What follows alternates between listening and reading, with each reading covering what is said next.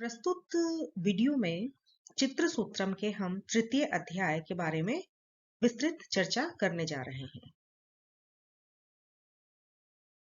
तृतीय अध्याय का नाम है सामान्य मान वर्णन और इस अध्याय में मार्कंडेय ने पुरुष के साथ साथ स्त्री और इन दोनों के समन्वय के साथ उनके सामान्य मानों का वर्णन किया है। तो सबसे पहले मार्कंडेय ने हंस पुरुष के बारे में बताया, क्योंकि उन्होंने अब तक के जितने भी पिछले 3 अध्यायों में प्रमाण वगैरह बताए हैं वो सभी हंस पुरुष को आइडियल मानकर बताए हैं और उसी के आधार पर अन्य पुरुषों के प्रमाणों की कल्पना करने के लिए उन्होंने कहा है। तो इस अध्याय में भी उन्होंने सामान्य मान करते हुए भी हंस पुरुष के साथ कहा है कि हंस पुरुष की पत्नी हंसिनी ही होनी चाहिए, भद्र पुरुष की भद्रिणी होनी चाहिए और इसी प्रकार अन्य पुरुषों की पत्नियां भी उनकी जाति विशेष की ही होनी चाहिए।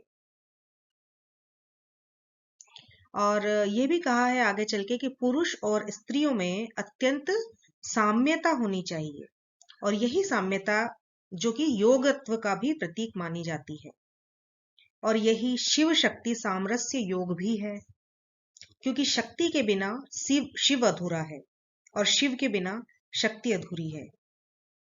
जब तक एक जैसा गुण धर्म नहीं मिलेगा तब तक आनंदातिरेक की स्थिति पैदा नहीं हो सकती है। उसे लोकानंद कहना चाहिए, कामानंद भी कहना चाहिए या परमानंद भी कह सकते हैं, विषयानंद भी कह सकते हैं।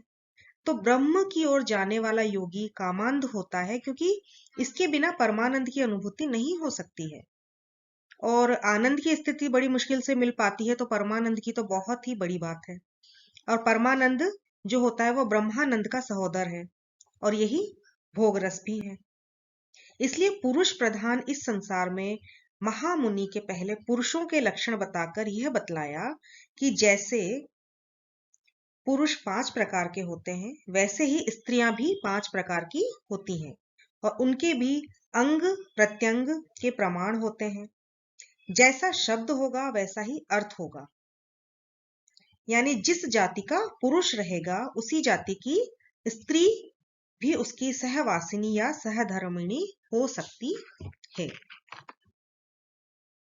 आगे चल के मार्कंडेय मुनि कहते हैं कि स्त्री की आकृति को पुरुष के स्कंद भाग तक ही चित्रित करनी चाहिए। स्कंद मतलब कंधों की ऊंचाई तक। तो पुरुष के अत्यंत निकट जो है वो कंधों की ऊंचाई तक ही स्त्रियां होनी चाहिए। पुरुष के समीप रहने वाली स्त्री के चित्र की अभिव्यक्ति में सामीप्य का बोध होना चाहिए। दूरी बिल्कुल भी नहीं दिखाई देनी चाहिए या दूरी का अंतर जरा भी नहीं होना चाहिए, क्योंकि एक पुरुष शक्ति है तो दूसरी स्त्री शक्ति है और एक चंद्रकला है तो दूसरी सूर्यकला है, एक प्रकृति है तो दूसरी प्रकृति 100 से भी अधिक मौलिक प्रकृति है, एक मूल है तो दूसरा विसर्ग है, एक निर्गुण है तो दूसरा सगुण है। स्त्री अगर सहायक नहीं होगी तो पुरुष का पौरुष ही खंडित हो जाएगा और स्कंद पर विशुद्ध चक्र होता है। स्कंद का तात्पर्य है विशुद्धता। तो सांसारिक भोग के बाद परम आध्यात्मिक भोग के लिए स्त्री को स्कंद तक ही होना चाहिए। पुरुष अगर दोनों विशुद्ध चक्र तक रहेंगे, स्त्री और पुरुष उस विशुद्ध चक्र तक रहेंगे तो उनका समीपस्थ होगा। स्कंद को उत्तमांग भी कहा जाता है। स्त्री परम विशुद्ध होती है और विशुद्ध चक्र तक ही होती है और ऊपर के सारे अंगों को उत्तमांग ही कहा जाता है। ब्रह्म को जब भी अवतरण करना होता है तब वह माया का ही सहारा लेगा। स्त्री पुरुष की छाया है। बिहारी ने भी कहा है, जा तन की छाई परे श्याम हरित दुती होए, छाया होगी तो कहीं ना कहीं मूल अवश्य होगा। पुरुष जो है वो स्त्री के समीपस्थ हो ही नहीं सकता। अपना श्रेष्ठत्व तभी रखेगा उसकी ही सक्रियता से प्रकृति सक्रिय होती है, क्योंकि ये ध्रुव सत्य है कि प्रकृति पहले सक्रिय नहीं होती, पहले पुरुष को ही सक्रिय होना होता है और पुरुष के समीप स्त्री को रखने का तात्पर्य यही है कि वह उसकी शक्ति है, पौरुष का प्रतीक है।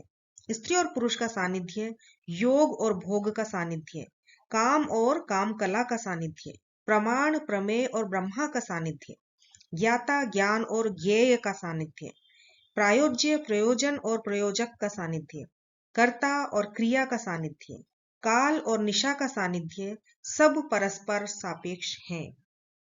इसीलिए पुरुष और स्त्री की आकृतियों को परस्पर समीप माना गया है और समीप ही उन्हें करना चाहिए। तो इसके लिए एक छोटी सी घटना या कथा है, क्योंकि सतयुग में राजा ककुस्थ की कन्या रेवती के लिए योग्य वर की तलाश करते करते और घूमते घूमते वे गंधर्वों का नृत्य देखने में लीन हो गए, और इसी चक्कर में युग बीत गए, सतयुग चले गए, और सतयुग आ गया तो सतयुग में विवाह खोजने पर द्वापर में विवाह हुआ, क्योंकि रेवती के लिए बलराम ही योग्य वर थे। और शास्त्रों के हिसाब से ऐसा माना गया है कि सतयुग में 21 हाथ के आदमी होते थे, त्रेता युग में 14 हाथ के, द्वापर में 7 हाथ के और कलयुग में 3.5 हाथ के आदमी होने लगे। तो स्पष्ट है कि सतयुगी रेवती बलराम से बहुत लंबी थी।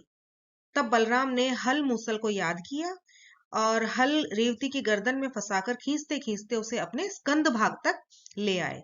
तो इसका मतलब यह है कि बलराम ने 21 हाथ की रेवती को अपने हल से खींच खींच कर अपने कंधे तक छोटा करके छोड़ दिया और अपनी पत्नी बना लिया। ये वाली कथा भगवत पुराण में भी मिलती है। तो बहरहाल इसके आगे हम आप बात करते हैं। तो चित्र सूत्र में कहा गया है कि पुरुष के मध्य भाग की अपेक्षा स्त्रियों का मध्य भाग 2 अंगुल कम बनाना चाहिए और नितंब भाग को 4 अंगुल अधिक चित्रित करना चाहिए, क्योंकि स्त्रियों का कूच भाग मान के अनुसार मनोहर बनाना चाहिए। कूच की गरिमा यही है कि उसका सारा का सारा अमृतत्व भरा पड़ा है और ऊपर से यह सुहाग पिटारी की तरह बंधा हुआ रहता है। सुंदर और मनोहर का अर्थ होता है मनहर, और मन की माता है बुद्धि। जब मन का हरण होगा तो बुद्धि भी उसी तरफ भागती है, और जब बुद्धि उधर प्रेरित होगी तो बहुत संभव है कि जीवात्मा भी उधर ही जाएगा। मन बड़ा व्यापक होता है, मनोहर के साथ कर्कशत्व भी होता है। इसीलिए स्त्री के कूच भाग या स्तन को मनोहर होना चाहिए, कर्कश भी होना चाहिए। इसके पश्चात आगे चित्र सूत्र में कहा गया है राजाओं के बारे में, चक्रवर्ती राजाओं को किस तरीके से चित्रित करना चाहिए। तो राजाओं की प्रतिकृति बनानी हो तो उसे प्रमाण युक्त होना चाहिए और महापुरुषों के लक्षण से संयुक्त कर देना चाहिए। तो उन्होंने कहा आगे चल के मार्कंडेय ने कि उन चक्रवर्ती राजाओं के हाथों को हंस चिन्ह से विभूषित करना चाहिए और दोनों भुवों के बीच में एक भंवरी बना देना चाहिए। भंवरी का तात्पर्य है भ्रामरी। भंवरी का अर्थ होगा दिव्य दृष्टि, और उस दिव्य दृष्टि से संपूर्ण संसार को देखकर उचित अनुचित का भान करके सांसारिकों की सहायता करे। भ्रू मध्य को तीर्थराज प्रयाग भी कहा जाता है, क्योंकि गंगा और यमुना का यही मिलन होता है। समाधिस्थ होने पर ही ओंकार का बिंदुत्व सुस्पष्ट होगा। अब राजाओं के दोनों हाथ में 3-3 सुंदर रेखाएं चित्रित करनी चाहिए जो कि स्पष्ट हो, और यहाँ 3 रेखाओं से मतलब सत्व, रज और तम, इन त्रिगुणात्मिका प्रगति की रेखाएं हैं। उसके राज्य में सात्विक पुरुष भी रहते हैं, राजस पुरुष भी रहते हैं और तामस पुरुष भी रहेंगे। तो वाम मार्गी भी रहेंगे, दक्षिण मार्गी भी रहेंगे और नास्तिक भी रहेंगे, आस्तिक भी रहेंगे, और एक मध्य कोटि भी रहेगी जो ना आस्तिक होगी ना नास्तिक। तो इस तरीके से 3 रेखाएं जो है उसमें एक कर्म मार्गी है, एक ज्ञान मार्गी है और तीसरा ज्ञान और कर्म के बीच में भक्ति मार्गी है। इसे त्रिपथगा भी कहा जाता है। सबसे अति तीनों रेखाएं जो कि 3 तत्वों के, तीनों गुणों की, 3 देवताओं की भी पहचान है। राजा में ही ब्रह्मत्व भी है, विष्णुत्व भी है और शिव तत्व भी माना गया है।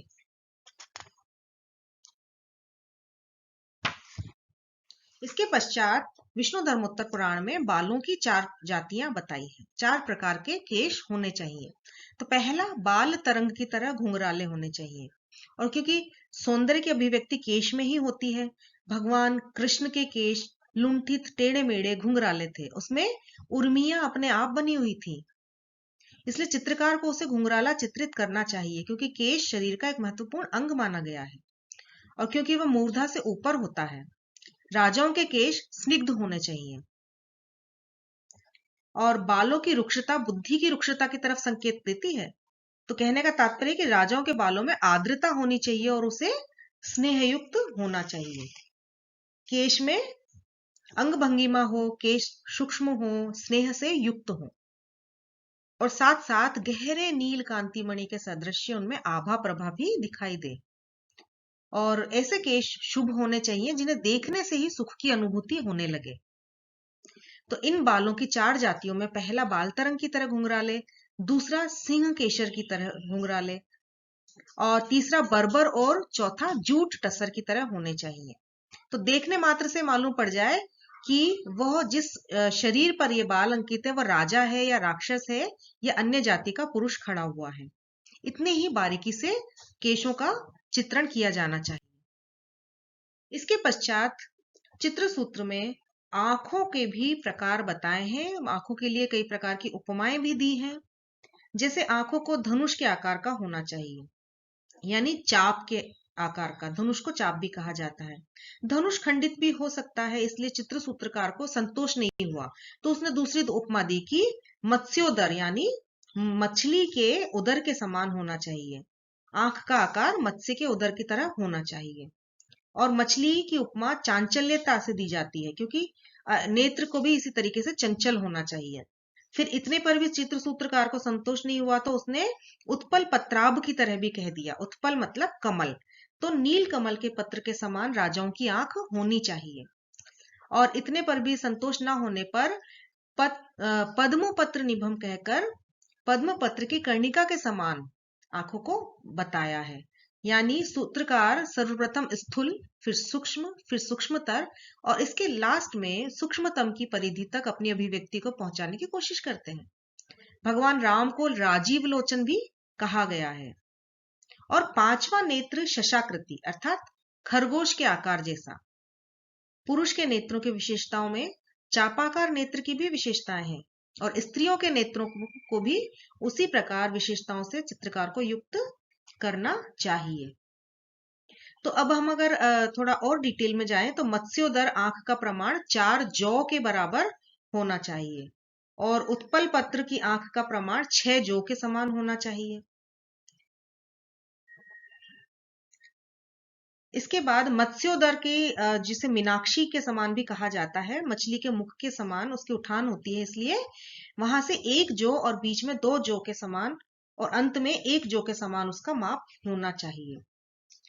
पद्मपत्र नेत्र को 9 जौ के समान माना जाना चाहिए, जो 9 निधियां होती हैं इसलिए। और शशाकार नेत्र 10 जौ के बराबर होना चाहिए।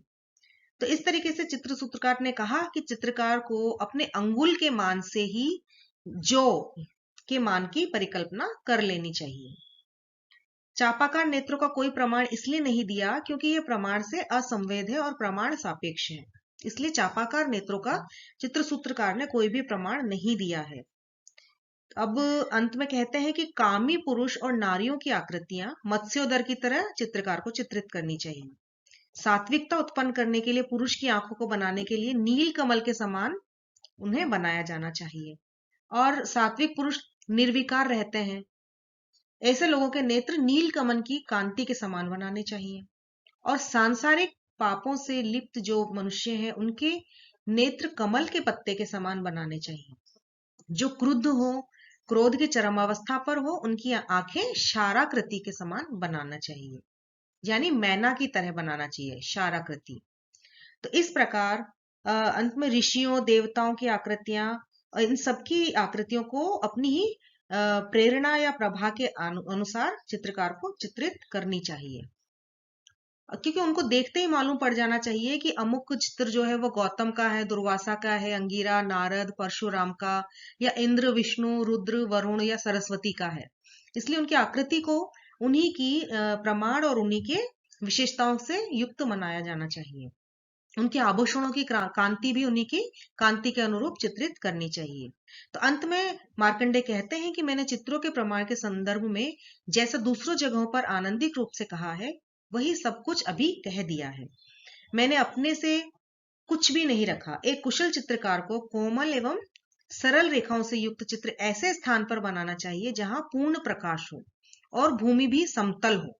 भूमि समतल होने से चित्रकार जैसा चाहेगा वैसी रेखाओं का निर्माण कर सकता है। और चित्र बनाने के लिए प्रकाश तो चाहिए ही, अतः अंतः प्रकाश भी चाहिए। जब तक अंदर और बाहर दोनों प्रकाशित नहीं होंगे तब तक एक चित्र प्रकाशयुक्त हो ही नहीं पाएगा। इसीलिए अंत में कहते हैं, इति श्री विष्णु धर्मोत्तरे तृतीय खंडे मार्कंडे वज्र संवादे चित्र सूत्रो सामान्य मान वर्णनो नाम सप्तत्रिंशतमोध्यायः। इसी के साथ यह सामान्य मान वर्णन नाम का अध्याय समाप्त होता है। अगले वीडियो में हम अगले अध्याय के बारे में विस्तृत चर्चा करेंगे। धन्यवाद।